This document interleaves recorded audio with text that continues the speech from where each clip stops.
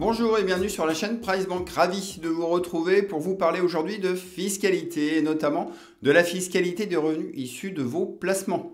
Cette fiscalité joue un rôle décisif dans la rentabilité de vos investissements. Pour cela, il est important de la maîtriser et actuellement deux choix s'offrent à vous.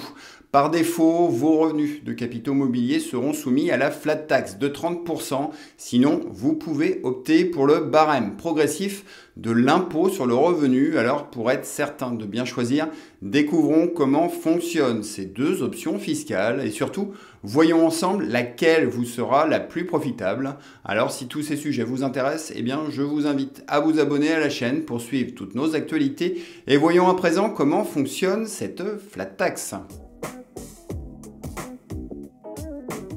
Appelé également PFU pour prélèvement forfaitaire unique. La flat tax de 30% constitue depuis le 1er janvier 2018 le régime fiscal qui s'applique par défaut à vos revenus issus de vos différents placements.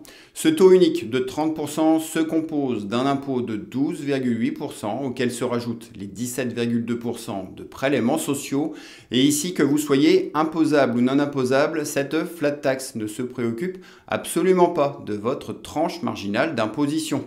Plus concrètement, voici maintenant les placements concernés et au final, ces 30% se prélèvent sur les intérêts de vos livrets bancaires non réglementés, sur vos éventuels PEL et CEL ouverts depuis 2018, vos dividendes et plus-values issus de vos comptes titres, ainsi que certains rachats effectués sur assurance vie ou contrats de capitalisation.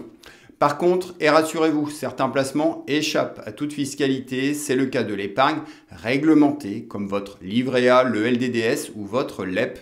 Et ensuite, d'autres contrats sont quant à eux exonérés des 12,8%, mais restent toutefois soumis aux prélèvements sociaux. Ce sont notamment les PEL de moins de 12 ans et CEL ouverts avant 2018. C'est le cas aussi des PEA ouverts depuis au minimum 5 ans, ou encore de l'assurance vie selon l'année de souscription du contrat ou la date à laquelle vous avez effectué vos versements.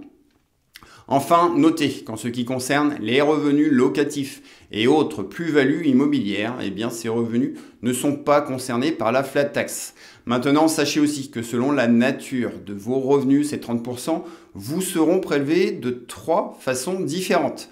Pour vos intérêts sur vos livrets non réglementés et dividendes, cela se fait directement à la source au moment du versement de vos revenus.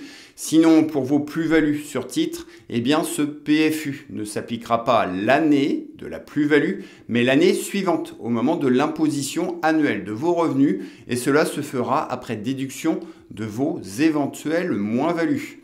Enfin, reste le cas plus complexe de l'assurance vie et dans ce cas, je vous invite à regarder notre vidéo ou notre article dédié. Et au final, voici les principales caractéristiques de cette flat tax et retenez qu'avec les prélèvements sociaux déjà inclus dans les 30%, eh bien l'imposition réelle sur vos revenus du capital n'est en fait ici que de 12,8%, une taxation qui favorise ainsi les contribuables soumis à des tranches marginales d'imposition importantes. En revanche, il vous sera ici impossible de profiter des abattements sur les dividendes et plus-values et surtout si vous êtes faiblement imposé ou non imposable, eh bien une autre solution s'offre à vous en refusant cette flat tax pour y préférer le barème progressif de l'impôt. Au lieu des 30% de la flat tax, vous pouvez effectivement opter pour le barème progressif de l'impôt sur le revenu et pour cela, c'est très simple. Il vous suffit de cocher la case 2OP au moment de votre déclaration annuelle. Ce choix va s'appliquer à tous vos revenus du capital. En clair, c'est tout ou rien. Et par exemple, vous ne pouvez pas choisir la flat tax pour vos livrets bancaires et le barème progressif juste pour vos plus-values et dividendes. Du coup ici, vos revenus du capital de l'année passée vont être soumis à votre tranche marginale d'imposition et pour rappel, il existe aujourd'hui 5 tranches, à savoir 0, 11, 30, 41 et 45%. Et pour connaître la vôtre, eh bien ressortez votre dernier avis d'imposition et tout à la fin, vous découvrirez votre TMI personnel. Ensuite, reste à savoir si votre imposition est plus ou moins intéressante que la flat tax. Et pour bien comparer tout cela, il vous faut ajouter à votre TMI les 17,2% de prélèvements sociaux auxquels sont déduits une partie de la CSG. Bilan des courses, vous le voyez, avec une tranche marginale de 0 ou 11%, eh bien votre imposition, prélèvements sociaux inclus, se monte respectivement à 17,2 ou 27,45%. Et par conséquent, le barème de l'impôt vous sera ici plus profitable que la flat tax. A l'inverse, maintenant, un contribuable soumis à une TMI de 45% sera imposé à plus de 59,14% contre seulement 30% avec le PFU. En synthèse, vous l'avez compris, une personne non imposable qui coche la case 2OP ne subira que les prélèvements sociaux. Et sachez que selon votre revenu fiscal de référence, il vous sera possible également de demander une dispense d'acompte à votre banque. Effectivement, pour les personnes faiblement imposées, cette dispense évite d'avoir à avancer l'acompte de 12,8% qui est prélevé automatiquement sur vos intérêts et dividendes. Et si vous oubliez de demander cette fameuse dispense, eh bien ne vous inquiétez pas, les impôts vous rembourseront ce que vous leur avez trop avancé. Bref, au final, plus de 9 millions de foyers fiscaux français auraient tout intérêt à passer au barème de l'impôt. En revanche, pour se situer sur une TMI supérieure ou égale à 30%, eh bien la flat tax sera normalement bien plus avantageuse. Mais je dis bien normalement, car si vous percevez des dividendes ou des plus-values, le barème de l'impôt peut permettre de profiter de deux abattements, deux avantages qui sont indisponibles avec la simple flat tax de 30%. Alors découvrons ce que peut vous faire gagner ces deux abattements. En optant pour le barème progressif de l'impôt, vous pouvez bénéficier de deux abattements. Le premier est simple à comprendre et concerne vos dividendes avec un abattement de 40%. Du coup, si par exemple vous percevez 1000 € de dividendes, vous serez imposé sur seulement 600 €.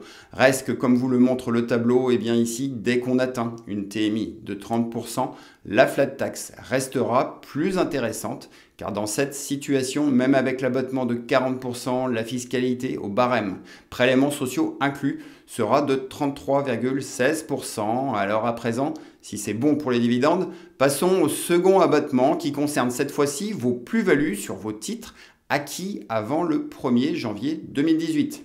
Ici, après imputation des éventuelles moins-values de l'année ou d'éventuels reports des années précédentes, eh bien les abattements vont de 50 à 65%, voire même 85% dans certaines situations. Du coup, avec par exemple des plus-values sur des titres conservés depuis plus de 8 ans, l'abattement sera de 65% et dans cette hypothèse, le barème de l'impôt sera toujours intéressant car même avec une TMI à 45%, eh bien l'abattement de 65% vous fait redescendre l'imposition sur vos plus-values à seulement 29,89%.